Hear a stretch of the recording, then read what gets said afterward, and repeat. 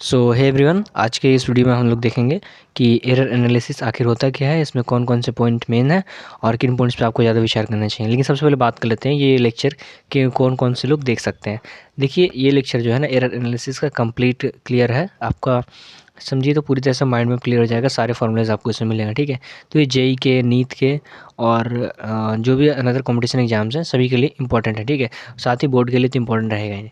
तो देखिए शुरू करते हैं। ठीक है, देखिए एरर एनालिसिस 4 पार्ट में बटा हुआ है। ठीक है, पहला आता है absolute error, relative error, percentage error और कॉम्बिनेशन ऑफ एरर। ठीक है, इन सभी एरर्स के बारे में आपको बताऊंगा, आप बस बने रहिए हमारे साथ। ठीक है, देखिए एरर कैसे निकलता है। एरर को निकालने का सबसे जो मेन फॉर्मूला होता है वो होता है true value minus measure value.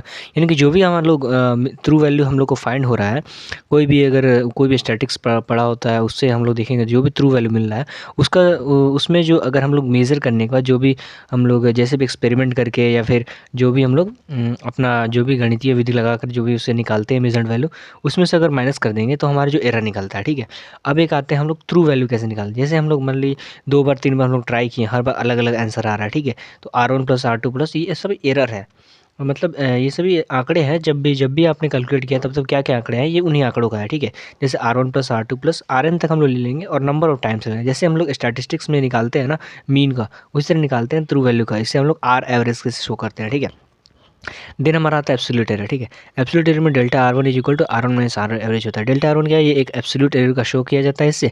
और R1 हमारा वो है जो कि मतलब R1 मतलब हो गया पहले एक्सपेरिमेंट में जो किया गया था या फिर पहले मेथड से जो भी निकाला गया था वो वैल्यू है वहाँ पे। ठीक है, और R एवरेज हमारे पास हो गया ट्रू वैल्यू का एवरेज। ठीक है, और यहाँ पे एक चीज़ नोटिस करने वाली है कि हम लोग को केवल मैग्नीट्यूड ही लेना होता है। ठीक है, देन हम लोग आते हैं mean absolute error. Mean absolute error में को हम लोग डेल्टा R एवरेज से शो करते हैं और इसमें होता है हमारा magnitude of all absolute errors upon number of times. ठीक है, देन फाइनल रीडिंग हम लोग ऐसे शो करते हैं। आर एवरेज मीन होता है आपका, ये आर एवरेज मतलब जस्ट यहाँ पे निकलता है ट्रू वैल्यू का mean plus minus delta R average. ठीक है, ये प्लस माइनस मैंने क्यों लगाया हो ये इसको मैं आगे बताऊंगा। ठीक है, आप बस बने रहिए। ठीक है, R average plus minus delta R average, delta R average क्या है हमारा, वो है मीन एब्सोल्यूट एरर। ठीक है, तो आइए हम लोग इसको आगे करते हैं।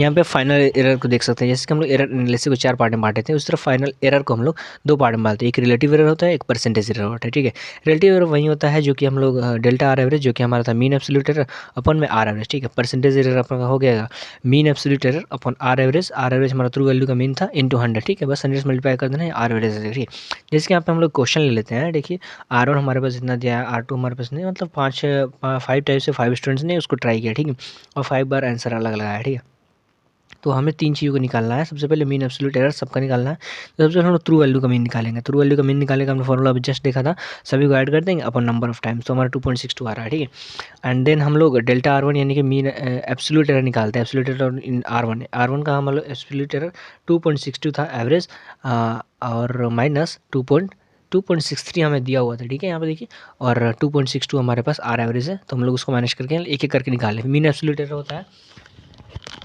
एक मीन एब्सोल्यूट एरर होता है, सभी को हम लोग ऐड कर देंगे और जो भी होगा नंबर टाइम्स को 5 से या फिर जो भी नंबर ऑफ टाइम्स दिया है उससे माइनस कर देंगे। ठीक है, हो जाएगा। फिर आता है रिलेटिव एरर। रिलेटिव एरर में होता है मीन एब्सोल्यूट एरर अपन आर एवरेज। ठीक है, इसकी वैल्यूएशन कल 0.11 अपन 2 देख सकते हैं। 0.11 हमारा ये आया हुआ था मीन एब्सोल्यूट एरर अपन में आर एवरेज, हमने ट्रू वैल्यू का मीन निकाला तो ये भी आंसर आया था। ठीक है, और परसेंटेज जैसे मैंने आपको बताया था कि average error plus minus absolute error, absolute mean error. ठीक है, मीन एब्सोल्यूट एरर। ठीक है, उससे हम लोग ऐसे शो करते हैं। अभी इसको ऑपरेशंस को हम लोग देख लेते हैं, इसमें कौन कौन से ऑपरेशन यूज किया सकते हैं। देखिए यहाँ पे आता है कॉम्बिनेशन ऑफ एरर्स। ठीक है, सम और डिफरेंस करने के लिए, जैसे एल था हमारे पास, उसमें 4.1 प्लस माइनस 0.1 दिया हुआ था, और बी था हमारे पास 3.3 प्लस माइनस 0.1 दिया हुआ था। ठीक है, तो अगर एल प्लस बी करना हो तो हम लोग एवरेज एरर को एवरेज एरर से और मीन एब्सोल्यूट एरर को मीन एब्सोल्यूट एरर से मल्टीप्लाई प्लस करते हैं। ठीक है, माइनस में उसी तरह होता है, आर एस एरर को एरर से करते हैं, लेकिन जो मीन एब्सोल्यूट एरर है वो केवल प्लस ही होता है। ठीक है, मतलब एवरेज एरर को तो हम लोग प्लस कर दिए हैं, लेकिन जो मीन एब्सोल्यूट एरर है उसको हम लोग में प्लस ही किया है, माइनस नहीं किया हुआ। ठीक है, तो आज के इस वीडियो में हमने एरर एनालिसिस का कंप्लीट वीडियो देखा, और अनदर वीडियो में हम लोग लिस्ट काउंट के बारे में देखेंगे। लिस्ट काउंट का क्या होता है, एमएसडी बीएसडी क्या होता है, इसके बारे में हम लोग वीडियो में देख लेंगे। ठीक है, चलिए आज के लिए बस इसको कंक्लूड करते हैं। लाइक एंड शेयर बनाए रखिए, सब्सक्राइब कीजिए और प्यार बरसाए रखिए।